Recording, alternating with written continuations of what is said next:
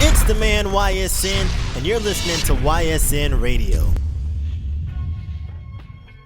Yes, sir, yes, sir, yes, sir. Y'all know what time it is, man. You're rocking with the man YSN, and you're tuning into the episode of YSN Radio, the coolest podcast in the South, man. We are back, ladies and gentlemen, from a mid-season break. TV shows do mid-season breaks all the time, man, so I don't see why podcasts can't do mid-season breaks. I've been super busy this last episode I put out March, so it's May right now, so 2 months. We had South by Southwest, as you guys seen on the YouTube channel. Been DJing a whole lot of different concerts. Boosie, Hunt Show, that was in April. Boosie was in March, right after South by Southwest. A whole bunch of different events, man, and really just been wanting to regroup and get back in the podcasting headspace, man, you know, and just change things up. You know, as you can see, I'm on camera. If you're watching instead of listening, you know, you'll definitely see that I'm on camera now. Getting more use out of this camera setup that I have acquired and been building up. Something I've been wanting to do for since I started this show. So getting more comfortable being on camera. It's just me right now for this particular episode. You know, I've also noticed I've been doing a lot of interviews this season, last season, pretty much primarily only been interviews. It's I haven't put out many episodes where it's just me talking, or, you know, me and the crew, BT, or Megs and Mark. So definitely want to try to get them integrated, get some more episodes recorded with them. KGH Jerry, get him on the show as well. He helped do all the behind the scenes work for the Power Players, for the Power Player series, excuse me, and South by Southwest. So I'm gonna try to get him on camera more, in front of the camera. You know, so working on building up a new studio, and just upgrading everything, man. My whole mantra for this year is bigger and better, man. And so that's pretty much everything. All I've been focused on is just improving, you know, and just improving, man. You know, and taking you guys on the journey with me. If you have been following the podcast since the very beginning, you know, you're seeing it grow in real time, man. You know, everyone knows I'm a one-man team, so to be able to get this far, man, traveling, going to Atlanta, South by Southwest for the second year, man, is absolutely insane to me. You know, God has definitely blessed me for sure. Just want to keep it pushing, man, keep it growing, and just keep learning as I go along. And, you know, if you've been rocking with me since day one, I really do appreciate it. Like I said, man, I'm a one-man team. Everything you see, you know, for the most part, 98% of everything you see, I do by myself, man. I record myself, I edit all the podcasts, do all the graphics and logos and things like that, man. You know, occasionally I have someone help me out, like Scrappy, for example, he did all the videos for All-Star Weekend. KGH Jerry helped me out, Power Player Series in South by Southwest. So I'm definitely working on building a team up this year to help me with, you know, all the technical work, and, you know, just building a team in general. You feel me? Because I can only go so far by myself, man. You know, so that's one more thing I'm going to be working on building up the team. So you'll definitely see more cast of characters on the show, hear more cast of characters on the show. And yeah, man, just wanting to get everything, just make everything bigger, man. Make everything bigger, you know. And that's pretty much where we're standing right now as far as this podcast goes. I believe we are on season 5, continuing season 5, man. Like I said, back from the mid-season break. I feel like if Power and BMF and all these shows can take mid-season breaks, I can too, you know. So why not? Oh man, so boom, moving into the show, man. What's been new? As far as speaking, still circling around the podcast, Sunday was the Southern Entertainment Awards in Atlanta, Georgia. I had the pleasure of going. It was my second time being nominated, first time going to the show. And we were nominated for Podcast of the Year, as you've been hearing and seeing on the show all season long, man. YSN Radio was nominated for Podcast of the Year by the Southern Entertainment Awards. Very grateful. And so yeah, this past Sunday was the official award show, and I lost.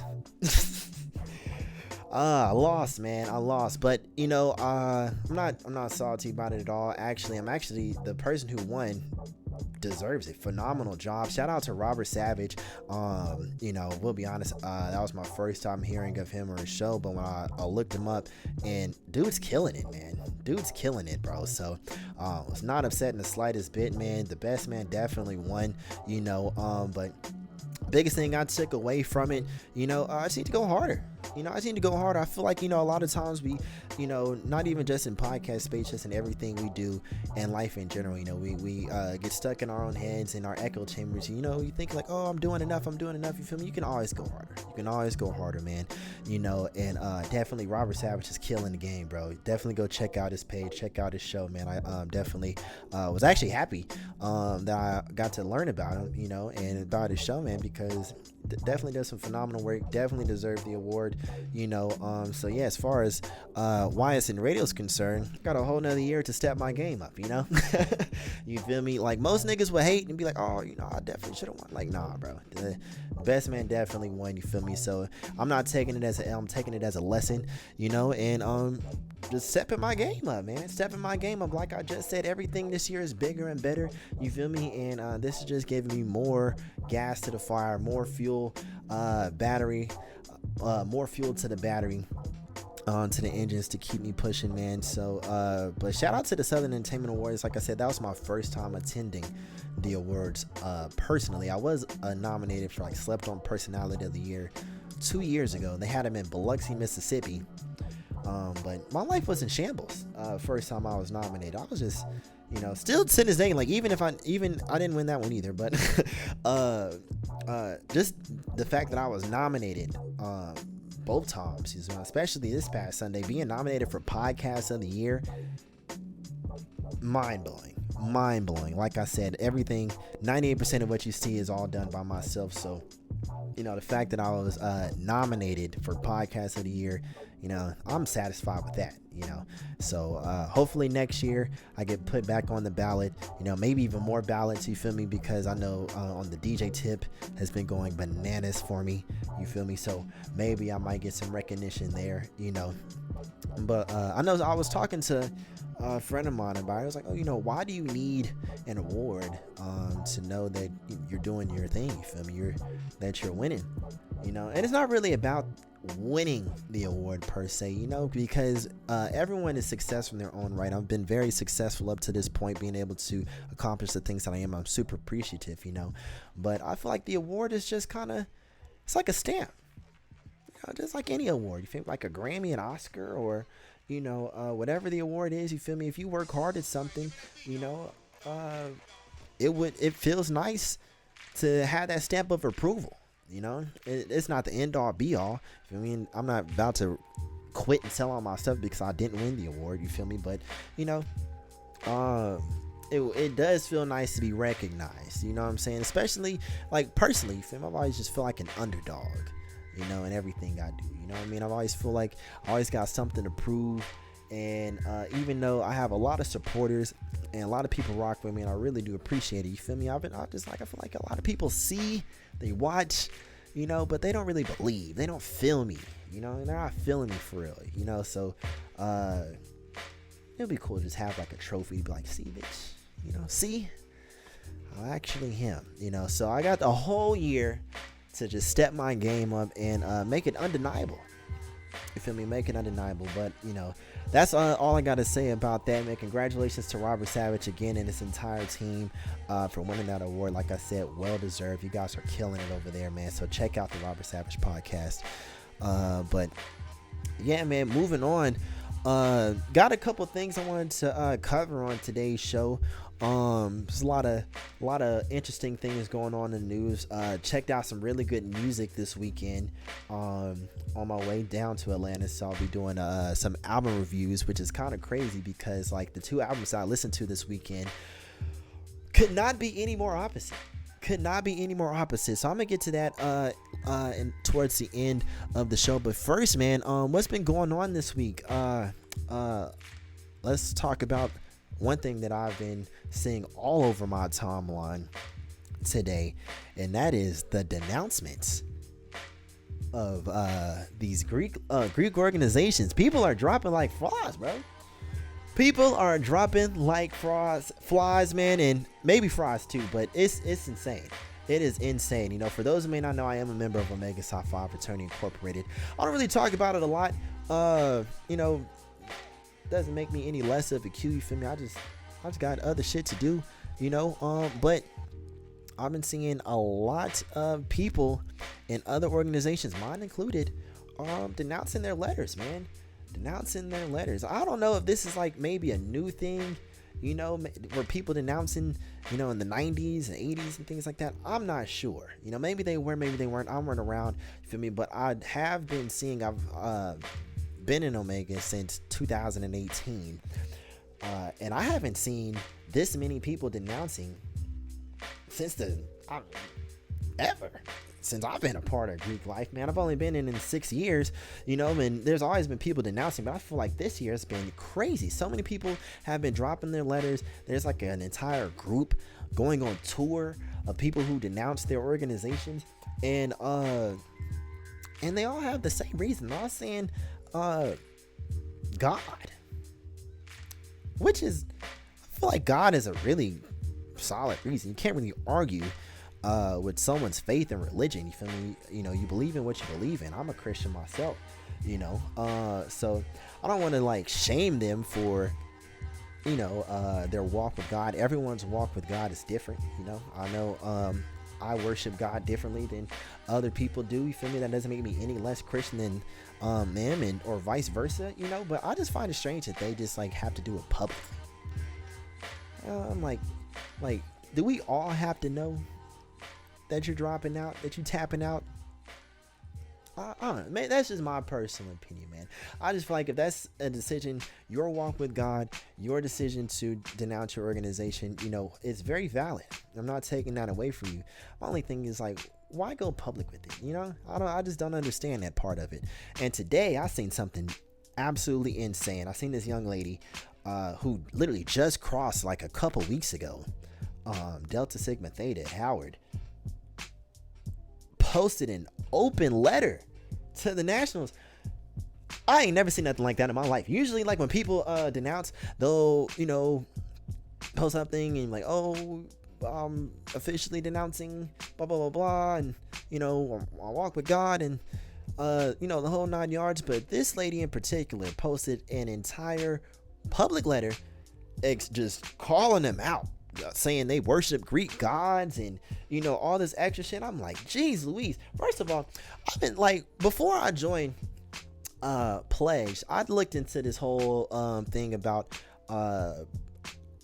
idolatry and Greek life interfering with your faith, and you know, things like that. And and I totally understand that angle, you know, but I also feel like a lot of it comes with like personal responsibility, you know, because a lot of people join these organizations and they don't know who they are as a person yet. You feel me? A lot of people, they're either sophomores in college, freshmen, sophomores in college, still teenagers, 18, 19 years old. That's still teenage, you know what I mean? So you don't really know too much about yourself at 18 or 19, 20 at that matter. You're still in school, you're still broke, you know, like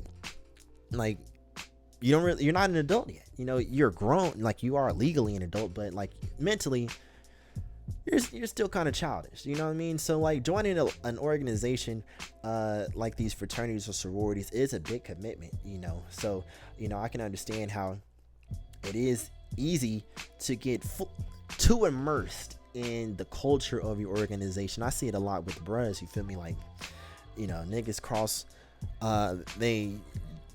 there's a certain guy, nobody.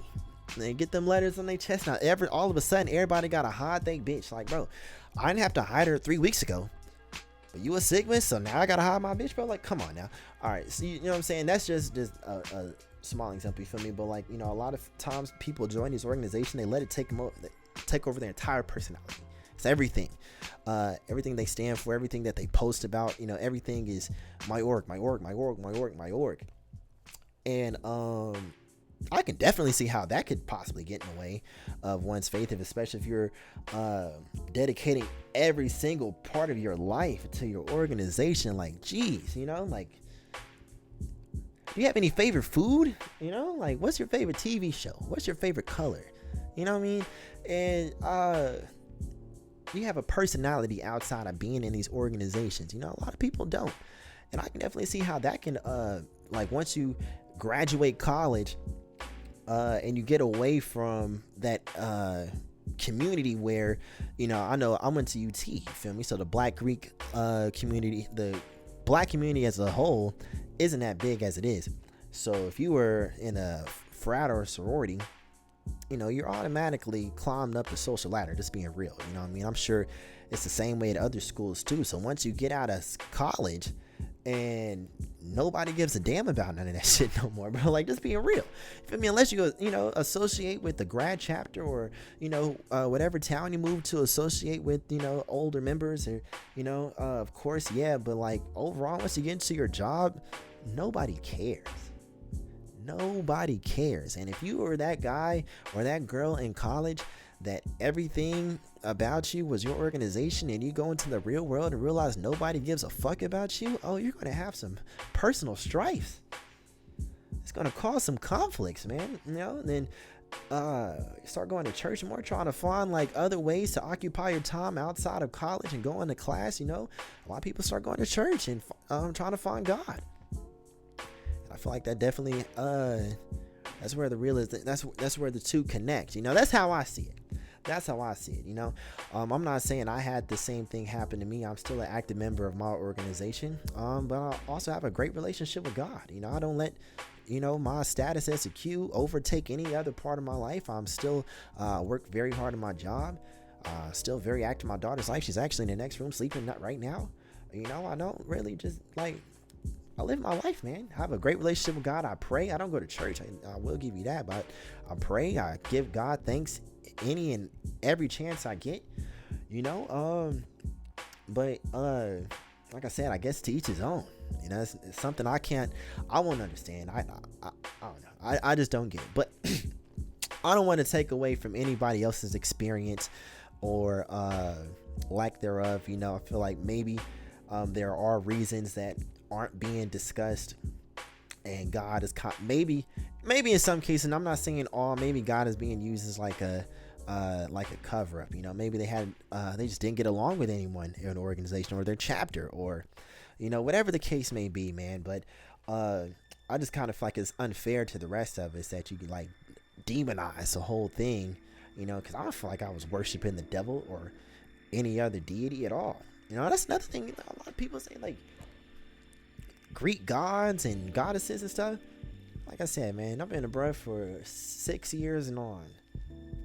I still don't know anything about no Greek gods, and I'm not even lying, bro. Like, maybe I missed it. I don't know, but like I said, I'm speaking from my experience only, man. But I just found that insane. The amount of denouncements I've been seeing recently has been crazy.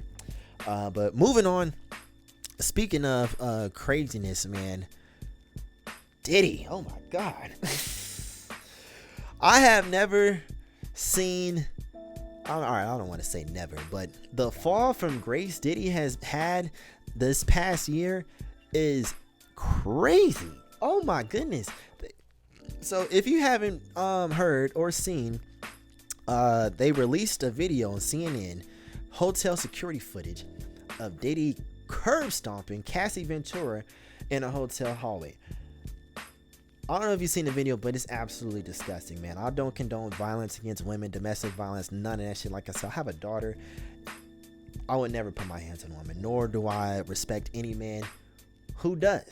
That's just absolutely crazy. So the fact that we see Diddy, this guy who's been on the forefront of hip hop culture, pop culture for over 20 years, it's disheartening, man. It's disheartening. A lot of people, when the allegations first came up, when the lawsuit first came up, a lot of people are trying to throw out the whole, they're trying to tear another black man down, blah, blah, blah, blah. This nigga's did it, bro. He did it. is right there. The footage is there. You can't deny it, man. You can't deny it.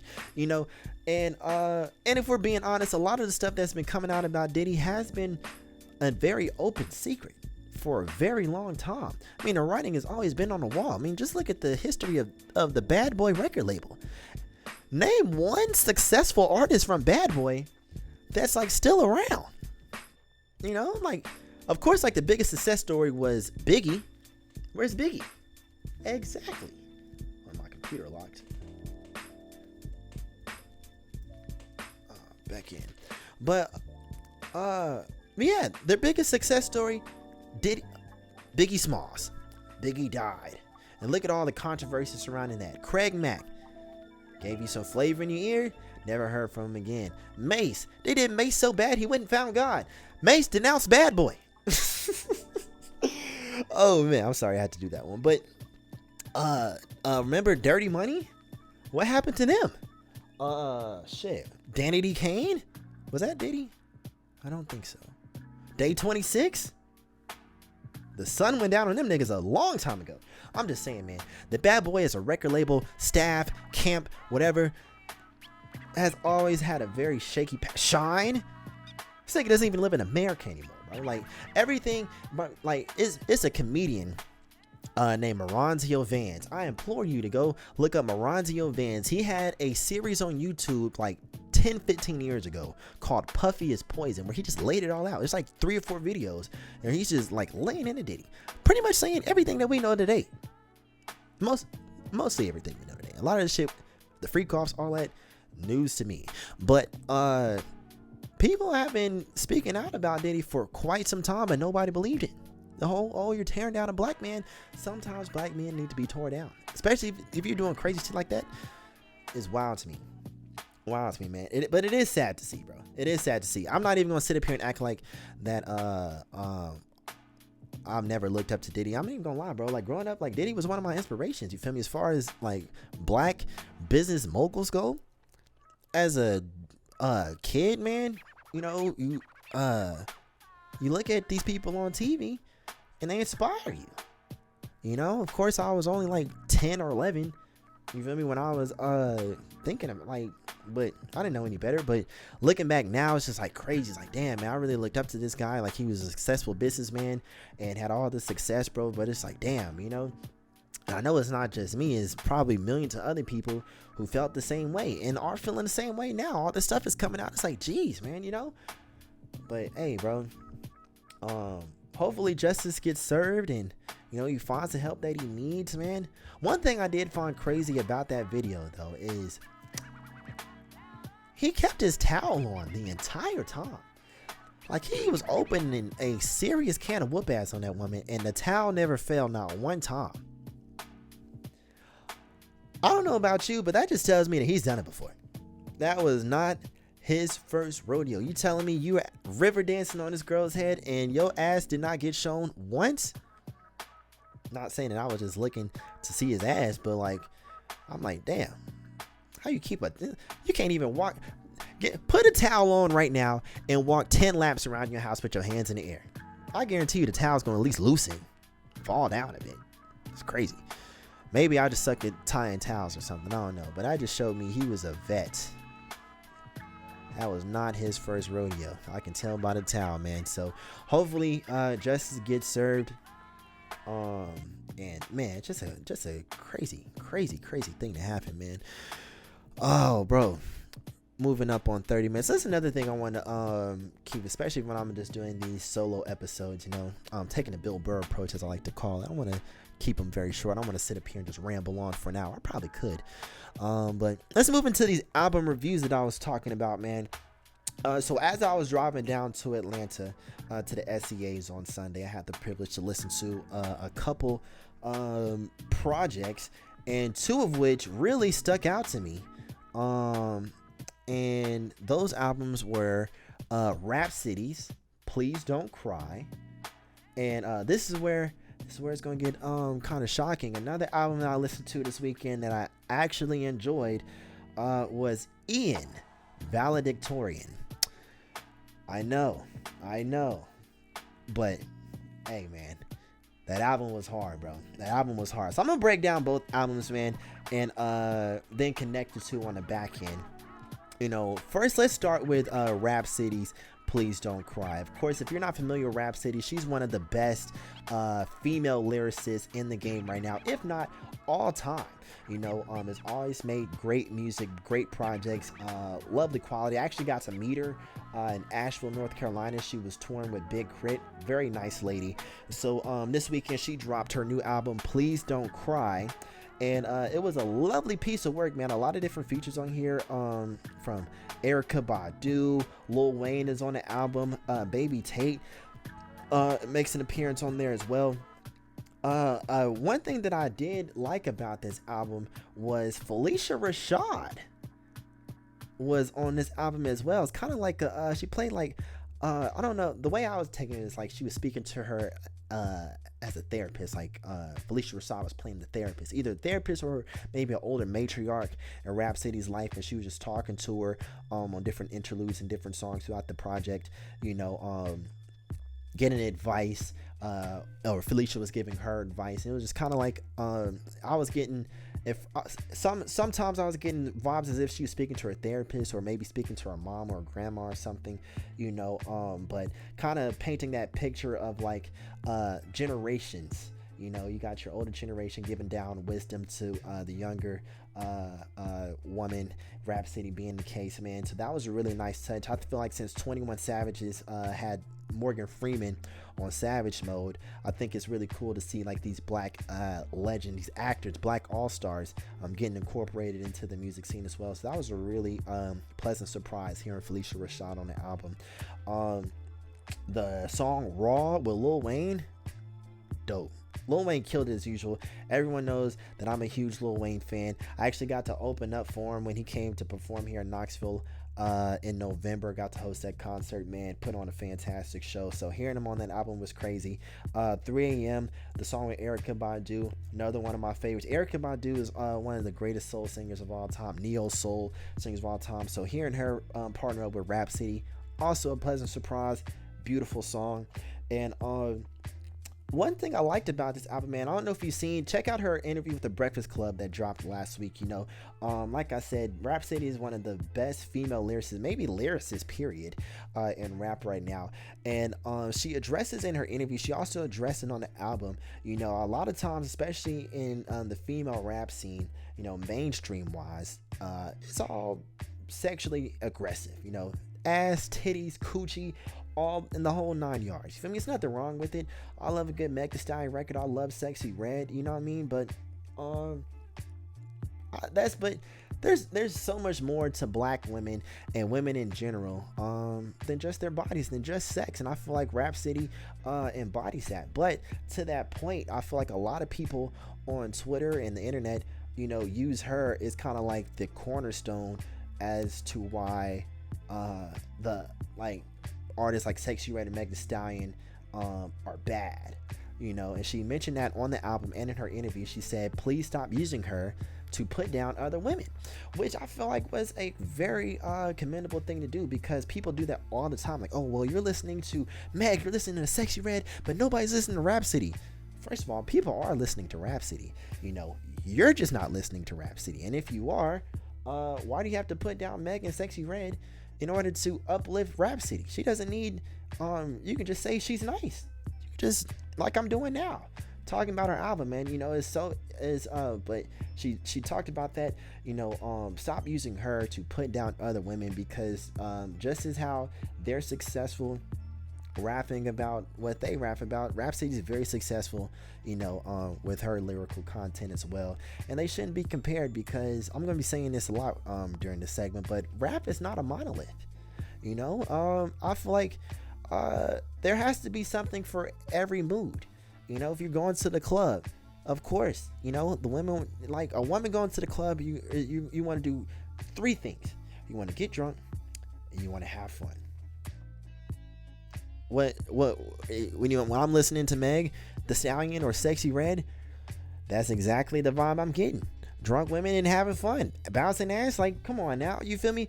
I listened to this whole Rapsody album. Did I picture bouncing asses? No. It made me think.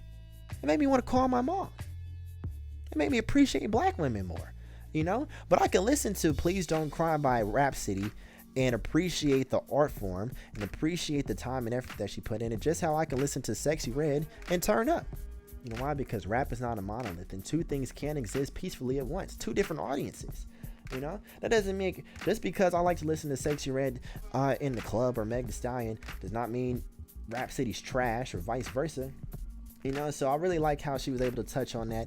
And she also gave shine to other lyrical women like Tierra Whack and Lake Kelly 47. You know, both really dope artists. So I really thought that was dope of her to do that as well, man. But all in all, Please Don't Cry by Rapsody was a really dope album. And she did a really great job. So shout out to Rapsody for putting out this new project, man. Definitely going to go in rotation when I'm DJing for the Knoxville Vintage Market. Shameless plug there if you are in the Knoxville area. Make sure you come and stop by and shop with us. It's definitely a lovely event. Now, here's where it's going to get controversial. Ian Valedictorian. What a project. I'm not gonna lie, I first heard of Ian a couple weeks ago. I seen something about him on TikTok that was like breaking down one of his songs, like his like interesting rhyme scheme. You know, and I just thought, like, at first I'm like, oh, it's just another TikTok artist, whatever. And then I started seeing people on Twitter hating on him. This is like a week or two ago. It's like, oh, they pushing that white boy on us, which happens. They do push white boys on us, you feel me? But sometimes this might be controversial. Some white boys can spit. Jack Harlow's nice. I was a Riff Raff fan at one point, still am. You know, Eminem. If it wasn't for Eminem, we wouldn't have white rappers, you know what I mean? But they do have quite the uphill battle when it comes to catching my attention, I'll tell you that much. But however, back to Ian though, man. So while I was in the car, you know, I listened to the Rapsody album, and then so I was like, I seen the Ian album. I'm like, let me give it a try. And when I opened it up, I seen DJ Holiday on the first song, the Holiday intro. And first off, shout out to DJ Holiday. He's a YSN radio alum. He was actually on the podcast, showed his mad love at the Power Summit and in South by Southwest. Shout out to DJ Holiday. So when I first pressed play on the album and I heard DJ Holiday's voice, I immediately knew, I was like, yeah, I'm definitely listening to this. You know, it just takes you back to like 2009, 2010, the old Gucci Man, OJ the Juice Man, Waka Flocka mixtapes, man. The whole intro, Holidays talking and shit, man. And then it goes into the song Never Stop. And the beat on Never Stop, it once again reminds you of old Gucci, old Flocka, old OJ the Juice Man. But it's some scrawny white boy, man. And he's like, he just goes off, bro. I ain't gonna lie, man. He had me hooked, bro. The DJ Holiday intro definitely got me intrigued, and the beat selection kept me around. You know, when it came to the lyrical content, like I said, man, you know, I'll definitely put him in the same tip as like Yeet or Cardi or one of those guys. You feel me? So that being said, as far as like lyrics go, I'm not looking for the answers to life on this album. If you are, you know, that's your fault. But definitely some shit to get me turned, man. Like, this is something I will play when I'm getting ready to go out. You feel me? If I'm feeling good, you know what I mean? Want to get fresh, want to get fly, talk to some bitches. I mean, like, count some paper, nigga. Like, this is money count music. This is get fresh music. You know what I'm saying? This is something for the cool kids. You know what I'm saying? Like, definitely some turn up shit, bro. Two of my favorite songs on there is Never Stop and Airbnb. I don't know why Airbnb sticks out to me. He has a line on it. He says, "That is not your house. That's an Airbnb." I don't know why. That's just hilarious to me, man. But it's only 10 songs, really 9, because the Holiday intros, like, it's not really a song for real. Like I said, it's just Holiday talking and shit, man. It's only like 20 seconds long, but like 9 songs, bro, is quick, easy listen. Is 19 minutes long, so it's really not a long listen at all. It's not like an excruciatingly long project where it's just mind-numbing nothingness. You feel me? It's very quick and easy to digest. Like I said, man, I thought it was fucking dope, bro. And a lot of people, I might get some hate for that, man, because like I said, bro, he is white. He is a Caucasian man. And you know, of course, like I said, I found him on TikTok, and you know, that being within itself is very controversial because all the TikTok artists get a lot of hate just for being on TikTok, man. You know, but me personally, I'm very open-minded when it comes to music and listening to new rappers. You feel me? Like, just like I was saying earlier, how I can listen to Sexy Red and then turn around and listen to Rapsody. I can listen to a full complete Rapsody album, you know, talking about her experience as a black woman and how she feels empowered as a black woman, and then turn around and listen to a white boy talk about counting some money and shaming niggas for flexing Airbnb. You feel me? It's the duality of man, because like I said, man, rap is not a monolith. Rap is not a monolith, man. It's an art form, you know, and I feel like just like any other art form, whether it be painting, photography, sculpting, you know, you're going to get a lot of different interpretations and of the same thing. You feel me? You can get 5 people to paint a flower. I guarantee you each painting is going to look completely different. There's so many different ways you can paint a picture. You got oil painting, spray painting, watercolor paints. Like, you know, there's so many different ways to draw a picture. And I feel like in rap, we're seeing it more than we ever have before, especially with the advent of the internet and streaming. So many people are getting into rap. The barrier of entry is the lowest it's ever been. So we are able to see the birth of all these different subgenres right before our eyes. And personally, I'm a fan. You know, I know I'll get on here and say I know I'm getting up into unk status. You feel me? I'm 26. That's up there. I'm still in my 20s, fairly young. You know what I mean? But to the young niggas, they have no problem letting me know that I'm old as fuck. You feel me? But to the contrary, that a lot of old niggas, I'll show this album to them and they will immediately start shitting on it. That ain't real rap. That ain't real rap. That ain't real rap. All right, you feel me? Like, the whole real rap argument is very silly to me. You know, because like I said, man, rap is not a monolith, you know, like, but to the point, like I said earlier, if you're going to listen, if you're going to tune in to see if you can find the answers to life, or deep introspective dissertation about the conflict in Gaza, you came to the wrong place.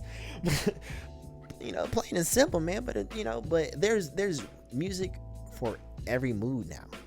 You know, if I want to chill and listen to some deep introspective music, I can listen to J. Cole. Or if I want to listen to some fly shit, some player shit, something I can just cruise to and, you know, feel good, listen to Larry June or Currency, Wiz Khalifa. You know, if I just want to turn up, I can listen to Ian, Valedictorian, you know what I mean? Or goddamn, there's so many different rappers